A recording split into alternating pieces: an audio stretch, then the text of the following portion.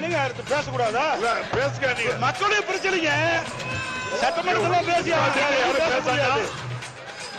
தயவுசெய்து அமைதியா இருங்க, உட்கார்ந்துட்டு பேசண்டா. நீங்க மாண்புமிகு பேரவைத் தலைவர்களே, நான் அவையுடைய கவனத்திற்கு கொண்டு வருவது, இதையெல்லாம் முன்கூட்டியே நடவடிக்கை மேற்கொண்டிருந்தால் இவ்வளவு பிரச்சனை வந்திருக்க, மக்களும் போராடி இருக்க மாட்டாங்க.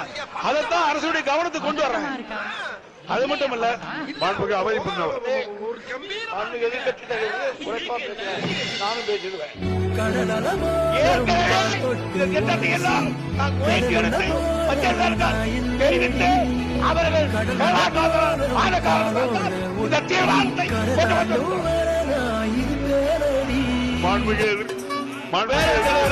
ஒண்ணு ஜாதிக்கு பிடிக்கலாம், இப்படிதான் பேசியாகும். வேற எப்படி பேச முடியும்? என்ன பேச முடியும்? உங்களுக்கு சரக்கு இருந்தால பேச முடியும். நீங்க முதலமைச்சர் ஒன்றுக்கும் வார்த்தையெல்லாம் பயன்படுத்தாங்க. அது இப்படி பேசுற என்ன அர்த்தம்?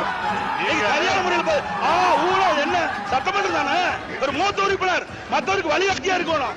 அதை விட்டுட்டு ஊழல் என்ன, இதுக்கெல்லாம் பயப்பட மாட்டாங்க. மக்களுடைய பிரச்சனை உயிரை கொடுத்தாலும் காப்பாற்றணும். நீங்களும் அதே வார்த்தை என்ன நடக்காது.